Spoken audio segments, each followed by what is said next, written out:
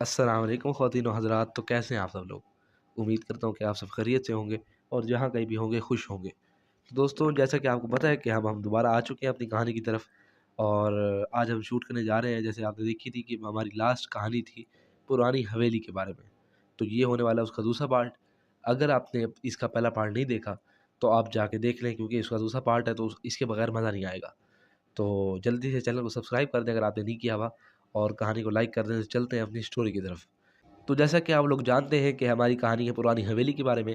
एक बंदे को विरासत के तौर पे मिली है और वो इसको लोगों के लिए देखने की अच्छी जगह बनाता है, लेकिन नाकाम होता है क्योंकि कुछ खौफनाक वाक़यात शुरू हो जाते हैं। बहरहाल, हम वहीं से कहानी शुरू करेंगे जहाँ से हमने छोड़ी थी कि चौकीदार गया और उसको चीखने की आवाज़ आई और उसको कुछ नज़र नहीं आया। वो औरतें गायब हो गई। दिन गुज़रा, अगला दिन आया। अगला दिन आया तो औरतों के बारे में बात चली। बहरहाल, औरतें गायब हो गई तो पुलिस पे प्रेशर आया।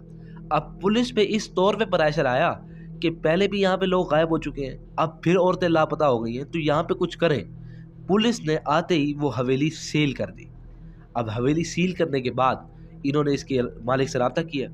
मालिक को मैसेज बात चल रही है। मालिक से कह रहे हैं कि अब हमने तुम्हारी हवेली सील कर दी है और इस हवेली को जितना हो सके जल्दी यहाँ से तोड़ो, इसको ख़त्म करो यहाँ से। अब मालिक कह रहे हैं कि भाई अब क्या हो गया? उन्होंने बताया कि ऐसे-ऐसे 4 औरतें गई हैं और फिर वो लापता हैं। बहरहाल, मालिक कहता है कि अब मैं इस हवेली को बेचना चाहता हूँ। उसकी ये बात हुई। उन्होंने कहा भाई जैसा तुम करो, मैंने तुम्हें कहा है कि हवेली नहीं खुलेगी। तोड़ना चाहते हो तो इसको तोड़ दो और कोई और जगह बनाओ।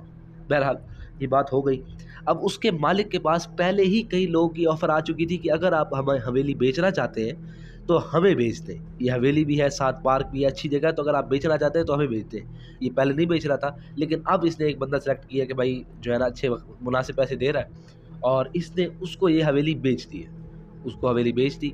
बेचने के बाद जो अब इस हवेली का नया मालिक है, उसको भी पुलिस ने तंबीह की है कि तुम इसको तोड़ो, या इसको कोई और जगह बनाना चाहते हो तो इसको तोड़ो, इस हवेली को यहाँ से ख़त्म करो, वरना ये हवेली किसी और के लिए नहीं खुलेगी। तुम जानो तुम्हारी हवेली जाने। बहरहाल, अब वो जो बंदा था जो नया मालिक है, उसने क्या किया कि जहाँ पे ये वाक़यात हो रहे थे, उस जगह पे उसने छोटा-सा कमरा बनाया और उस कमरे को लगा दिया ताला, ठीक है? उसके अलावा जो बकाया सारा जगह थी, उस जगह के ऊपर इसने एक गेस्ट हाउस बनाया। गेस्ट हाउस बनाया और इसका अच्छा भला गेस्ट हाउस वगैरह चल रहा है। अब एक दिन इनको कॉल आई है। उन्होंने कहा जी अस्सलाम वालेकुम। वालेकुम सलाम।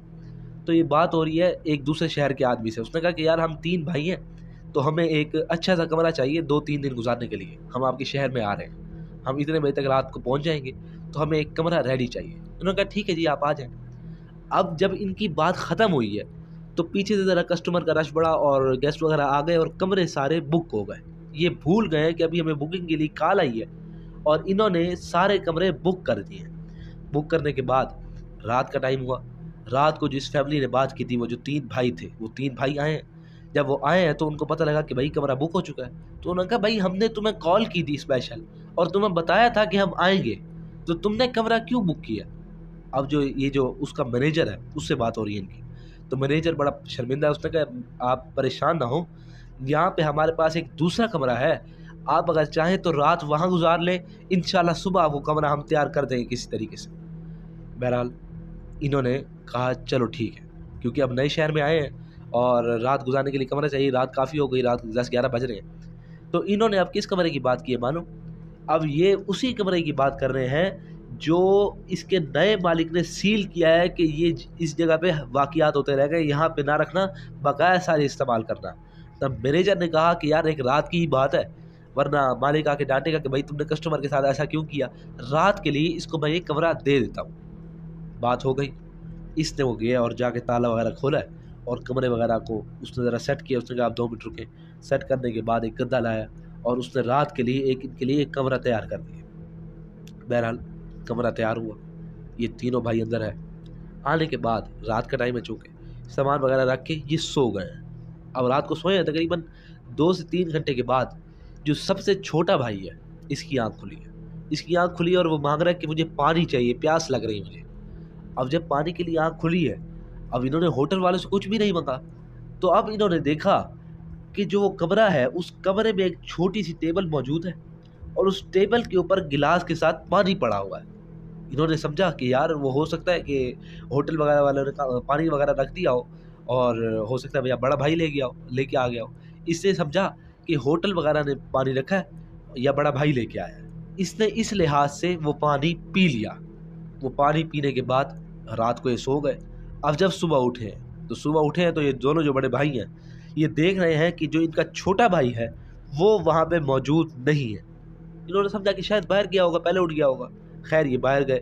बाहर जाने के बाद पूछा छोटे भाई के बारे में, तो इनको मालूम हो रहा है कि छोटा भाई बाहर भी नहीं आया। तो अब ये दोनों बड़े भाई परेशान खड़े हुए हैं कि यार क्या किया जाए।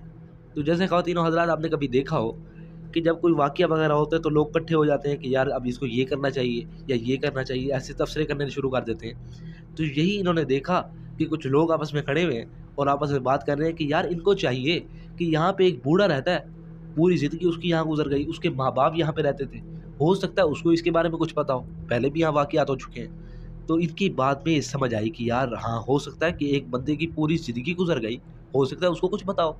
बहरहाल अब उसको तलाश करते करते ये बूढ़े मियाँ के घर पहुँचे। इन्होंने दरवाजे पे दस्तक दी। बूढ़े मियाँ बाहर आए। तो बूढ़े मियाँ पूछ रहे हैं कि जी, मैं आपको जानता हूँ। तो ये मुखातिब है कि नहीं नहीं, आप हमें नहीं जानते, लेकिन हम आपका पूछते पूछते यहाँ तक आए। बूढ़े मियाँ ने कहा कि अंदर आ जाओ। इन्होंने अंदर बुला लिया। अंदर बैठे हैं। बूढ़े मियाँ ने कहा कुछ चाय वगैरह? उन्होंने कहा नहीं नहीं, जज़ाकल्लाह। अब आपस में बैठे हुए बात कर रहे हैं। तो बूढ़े मियाँ से पूछ रहे हैं कि जी, अब मैं आपकी क्या मदद कर सकता हूँ? तो ये बता रहे हैं कि हम यहाँ पे नए आए हैं और ये सारा हमारे साथ वाक़यात हो गया कि हमारा भाई गायब हो गया और इस किस्म से पूरा दिन हो गया, अगला दिन हो गया, हमें वो मिल नहीं रहा और मुझे तो अब पता लगा कि यहाँ पे पहले भी कुछ लोग गायब हुए हैं। तो अब जो बूढ़े मियाँ हैं वो कह रहे हैं कि यार मैंने यहाँ पे नोटिस किया कि पुलिस भी सही से कुछ नहीं कर रही, उसके अलावा यहाँ पे तुम्हारा भाई गायब हो गया, उससे पहले कुछ 4 औरतें गायब हुई हैं, उससे पहले भी कई लोग लापता हुए हैं। तो मुझे सही से कुछ पता नहीं है, लेकिन मुझे एक औरत पे शक है। इन्होंने कहा किस औरत पे शक है? इन्होंने कहा एक औरत है जो इस हवेली के बारे में पूछताछ करती रहती है और कहती है कि मैंने ये घर खरीदना है और चूंकि मैं कुछ इल्म वगैरह जानता हूँ, मैं हाफिज़ हूँ, तो मुझे ज़रा इस बात का इल्म है कि ये कुछ काला जादू वगैरह या हो सकता है इसी मामले का कोई मसला हो यहाँ पे। इनकी बात में समझ आई कि यार हाँ, हो सकता है कुछ मसला हो यहाँ। खैर बूढ़े मियाँ ने घर उस औरत के घर का पता दिया। इन्होंने लिख लिया कि हाँ भाई ये वाला पता है और इस जगह पे है। ठीक है जी, जज़ाकल्लाह, बड़ी शुक्र वगैरह इन्होंने किया। उसके बाद ये वहाँ से निकले, औरत के घर का पता करते करते ये औरत के घर पहुँचे। तो अब जब ये औरत के घर पहुँचे तो ये क्या देख रहे हैं कि दरवाज़ा खुला हुआ है और दरवाजे के बाहर एक पर्दा लटका हुआ है। तभी अगर आपने ख़वातीनो हज़रात देखा हो कि पुराने घरों के अंदर ऐसे होता है कि दरवाज़ा खुला हुआ है और बाहर पर्दा लटक रहा है। तो इन्होंने साइड से दरवाज़ा बजाया कि हो सकता है कोई बाहर आए। एक दफ़ा दरवाज़ा बजाया, कोई रिस्पॉन्स नहीं। फिर दरवाज़ा बजाया, कोई पता नहीं। 3-4 दफ़ा इन्होंने दरवाज़ा बजाया तो मालूम हुआ कि हो सकता है शायद घर में कोई भी ना हो। ये सोच के ये घर के अंदर दाखिल हो गए। घर के अंदर दाखिल हुए, तो जैसे ही ये घर के अंदर दाखिल हुए तो दोस्तों आपकी तवज्जो चाहूँगा, जब ये घर के अंदर थोड़ा-सा आगे गए हैं तो इनको एक स्मेल आई है अजीब-सी। अब इन्होंने देखा कि यार ये तो बड़ी बगैर बर्दाश्त किए वाली स्मेल है कि इसको मैं बर्दाश्त नहीं कर सकते हम। ये दोबारा बाहर निकले हैं। अब जब ये बाहर निकले हैं तो इनको महसूस हुआ कि यार हो सकता है कोई हादसा हो गया हो, कोई औरत मर गई हो, मसला हो गया हो। ये इस नीयत से कि कोई मसला ना हो गया हो, इस नीयत से दोबारा अंदर गए कि भाई एक बूढ़ी औरत का घर है, हो सकता है कुछ हो गया हो। बहरहाल ये दोबारा अंदर गए हैं, इस मुँह के ऊपर हाथ रखा हुआ है, बड़ी स्मेल आ रही है। थोड़ा-सा आगे गए हैं तो एक सीढ़ियाँ हैं जो नीचे जा रही हैं, जैसे तहखाने की तरफ नीचे जा रही हैं। अब जब ये नीचे तहखाने के लिए उतरे हैं, वहीं से स्मेल आ रही है। अब जब नीचे उतरे हैं, तो नीचे उतरने के बाद क्या देख रहे हैं ख़वातीनो हज़रात, आपकी तवज्जो चाहूँगा कि नीचे उतरने के बाद ये देख रहे हैं कि वो औरत बैठी हुई है, उसके सामने एक किताब खुली हुई है और किताब के ऊपर जो लिखा हुआ है वो समझ में बिल्कुल नहीं आ रहा और आगे काले रंग के पर्दे लटके हुए हैं, बिल्कुल स्याह काले रंग के पर्दे लटके हुए हैं और उन पर्दों के पीछे कई लोगों की जली हुई लाशें नज़र आ रही हैं। इन्होंने देखा और ये देख के ये फ़ौरन पीछे हटे हैं। अब जब ये पीछे हटे हैं तो इन्होंने गौर किया कि औरत को कुछ शक हुआ कि यहाँ पे कोई आया है। वो औरत अपनी जगह से खड़ी हुई है। ये पीछे घर से बाहर आ गए। ये देखने के बाद घर से बाहर आए, ये भागे हैं, दोबारा वहाँ पे गए हवेली की तरफ। हवेली की तरफ पुलिस मौजूद थी। पुलिस को इन्होंने सारा वाक़या समझाया। पुलिस इनके साथ बुढ़िया के घर जा रही है। अब पुलिस इनके साथ बुढ़िया के घर पहुँची। बुढ़िया ने दरवाज़ा बंद कर दिया। अब जब इन्होंने दरवाज़ा खड़काया तो अंदर से कोई जवाब नहीं आ रहा। फिर दरवाज़ा खड़काया, कोई जवाब नहीं है। पुलिस ने दरवाज़ा खड़काते खड़काते आखिरकार मजबूरन दरवाज़ा तोड़ दिया। अब जब दरवाज़ा तोड़ा तो आगे जाके जैसे ही देखा तो पुलिस वालों को भी वो स्मेल महसूस हुई है। पुलिस वालों ने मुँह पे हाथ रखा। जब नीचे गए तो नीचे जाके क्या देख रहे हैं मालूम? दोस्तों आपकी तवज्जो चाहूँगा, नीचे जाके उन्होंने देखा कि वो बुढ़िया मरी पड़ी है दोस्तों। वो देखा कि बुढ़िया मरी पड़ी है और स्याह जो पर्दे लटके हुए हैं उनके जब पीछे देखा तो जो लोग यहाँ से गायब हो चुके हैं, जो लापता हुए हैं, किन्हीं की लाशें जली पड़ी हैं और किन्हों की लाशें उस पे तेज़ाब फेंका हुआ है और इन दोनों का जो भाई है उसकी भी लाश वहाँ पे मौजूद है और वो जल चुकी है। इन्होंने देखा, इनको बड़ा दुःख हुआ। जब बुढ़िया को देखा तो बुढ़िया ने कुछ ज़हर वग़ैरह खा के खुदकुशी कर ली, क्योंकि उसको पता लग चुका था कि अब मेरी बात खुल चुकी है और अब मैं मरूँगी, तो उसने पहले ही खुदकुशी कर ली। दिन गुज़रा, अगला दिन हुआ। अगला दिन जब ये सारा वाक़यात हो गए, ख़बरों में सारी अख़बार वग़ैरह आई, तो उसके बाद जो दुबई में रहता था, उसको जब ये सारा कुछ पता लगा कि यार ऐसे-ऐसे वाक़यात हुए हैं, तो उसको याद आया कि हाँ यार, पहले मेरे से भी एक औरत ने राब्ता किया था, जिसका नाम यही था जो ये औरत मरी है, काला जादू करने वाली। वो काला जादू करती थी। वो औरत जो मरी है उसका नाम भी वही था जिसने मेरे से घर खरीदने के लिए राब्ता किया था पहले, तो मैंने उसको इनकार कर दिया था। तो मालूम हुआ कि वो औरत उस घर के पीछे उसने काला जादू किया कि ये घर वो चाहती थी।